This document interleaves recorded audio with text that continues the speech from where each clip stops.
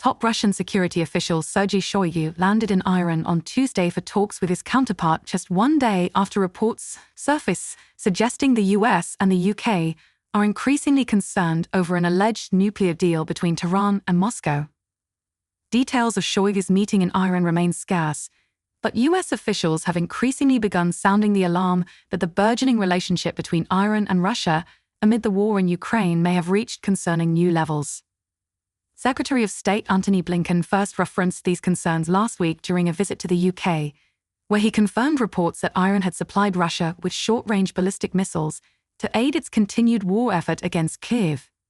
But in comments that largely fell under the radar, given the confirmation that ballistic missiles had been given to Moscow, Blinken also said, "Russia is sharing technology that Iran seeks. This is a two-way street, including on nuclear issues as well as some space information." A report by The Guardian on Monday suggested that President Biden and UK Prime Minister Keir Starmer allegedly discussed the potential of a secret deal having been forged in which Russia has agreed to provide Iran with the technological know-how it needs to develop a nuclear weapon. Nuclear experts, including the UN's own watchdog, the International Atomic Energy Agency, IAEA, have warned that Tehran has continued to develop its nuclear program unchecked for the last 3.5 years. Iran is said to have increased its stockpiles of highly enriched uranium to levels of 60% purity, just shy of weapons-grade uranium, which is achieved with 90% purity levels.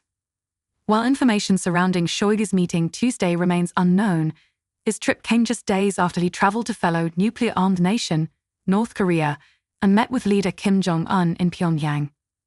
Details of that trip also remain murky, but reports suggested Shoigu's trip was an opportunity to deepen the Russian-North Korea partnership following the signing of a mutual defense treaty in June earlier this year. Western nations have accused North Korea of supplying Russia with arms to aid its war effort in Ukraine, and concerns have mounted that Pyongyang could escalate its military deliverables to Moscow.